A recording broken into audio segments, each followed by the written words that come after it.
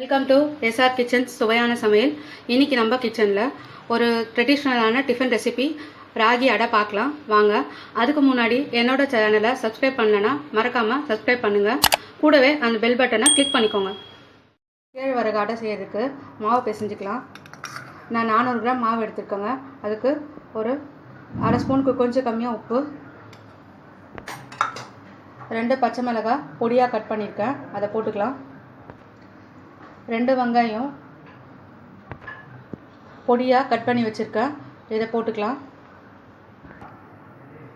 2 spoon எண்ணெய் போட்டுக்கோங்க, அப்போ அடை வந்து சாஃப்டாக இருக்கும். 2 ஸ்பூன் எண்ணெய் போட்டிருக்கேன். இப்போது ஒரு புடி முருங்கைக்கீரை எடுத்திருக்கேன். இதை வந்து கடாயில் 1 நிமிஷம் வதக்கி கொட்டிக்கலாம். கடாய் காஞ்சிருக்கு. 1 ஸ்பூன் எண்ணெய் போட்டுக்கிட்டு வதக்கி எடுத்துக்கலாம். கீரை 1 நிமிஷம் வதங்கியாச்சு. இப்போ மாவில் போட்டு மாவு பிசைஞ்சிக்கலாம். இந்த கீரை வெங்காயம் எல்லாம் மாவில் போட்டு மிக்ஸ் பண்ணி விட்டுட்டு தண்ணி கொஞ்சம் கொஞ்சமாக போட்டு பிசைஞ்சிக்கலாம். தண்ணி கொஞ்சம் கொஞ்சமாக ஊற்றி பிசைஞ்சிக்கலாம். ரொம்ப தண்ணி ஆயிடுச்சுன்னா அடை தட்டை வராது. தண்ணி இல்லாமல் மாவு கட்டியாக சப்பாத்தி மாவு பதத்துக்கு இருக்கணும், அந்த அளவுக்கு பிசைஞ்சிக்கலாம். எண்ணெய் போட்டு மாவு பிசைஞ்சதுக்கப்புறம் 10 to 15 மினிட்ஸ் மாவு அப்படியே இருக்கட்டும். அதுக்கப்புறம் நம்ம செஞ்சோம்னா அடை வந்து நல்ல சாஃப்ட்னஸ் கிடைக்கும். 15 மினிட்ஸ் கழிச்சு பார்த்திங்கன்னா மாவு இந்த மாதிரி இருக்கும், கையில் ஒட்டக்கூடாது. இப்போ நம்ம அடை ரெடி பண்ணிக்கலாம். இந்த அளவுக்கு ஒரு பெரிய பால் சைஸ்க்கு உருண்டை பண்ணிவிட்டு திரட்டணுங்க. நம்ம 2 ட்ராப் எண்ணெய் போட்டு இந்த மாதிரி பாலித்தீன் கவர் இல்லைன்னா வாழை இலை லைட்டாக எண்ணெய் அப்ளை பண்ணிவிட்டு அடை திரட்டணும். தட்டும்போது நமக்கு ஒட்டாமல் வரும். அதில் இந்த மாதிரி சப்பாத்தி சைஸ்க்கு தட்டிக்கோங்க. இப்போ நம்ம தோசைக்கல்லில் போட்டு சுட்டு எடுக்கலாம். தோசை தவா நல்லா காஞ்சிருக்கு. இப்போ நம்ம அடை சுட்டுக்கலாம். கொஞ்சம் எண்ணெய் அப்ளை பண்ணிக்கோங்க.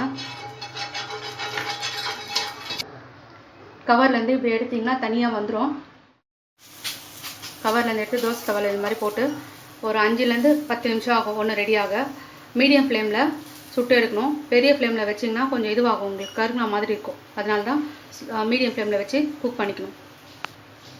அடுத்த பக்கம் திருப்பி போட்டுக்கலாம். இப்போ கொஞ்சம் எண்ணெய் போட்டுக்கலாம். இது அப்படியே வேகட்டோங்க. இது நம்ம நாட்டில் பாரம்பரியமான ஒரு உணவு. இது பிள்ளைங்களுக்கு செஞ்சு கொடுங்க, ரொம்ப சத்தாக இருக்கும். ராகியில் இருக்க கால்சியம் சத்து, முருங்கைக்கீரையில் இருக்கிற அயன் சத்து நம்ம இந்த மாதிரி இரும்பு தோசை தவாவில் செய்யும்போது அதோட இரும்பு தவாவில் இருக்க அயனும் எல்லாம் சேர்ந்து பிள்ளைங்களுக்கு நம்ம சாப்பிட்ற எல்லாருக்கும் நல்ல சத்து கிடைக்குங்க.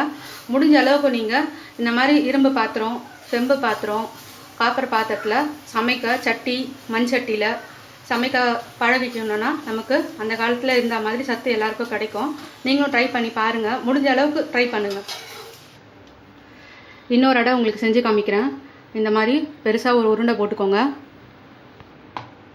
ஒரு 2 ட்ராப் ஆயில் அப்ளை பண்ணிவிட்டு இதில் வச்சு கையில் திரட்டிக்கோங்க.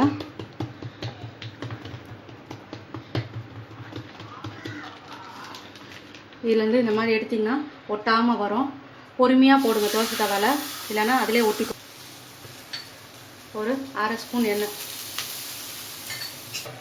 ஒரு சைடு வெந்திருக்குங்க. இப்போ திருப்பி போட்டு ஒரு 1/4 ஸ்பூன் எண்ணெய் போட்டுக்கலாம்.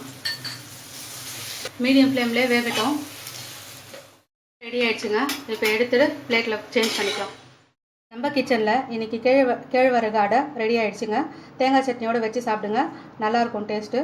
நீங்களும் வீட்டில் ட்ரை பண்ணி பாருங்கள். செஞ்சு பார்த்துட்டு கமெண்ட் பாக்ஸில் கமெண்ட் சொல்லுங்கள். லைக் பண்ணுங்கள், ஷேர் பண்ணுங்கள். தேங்க்யூ ஃபார் வாட்சிங்.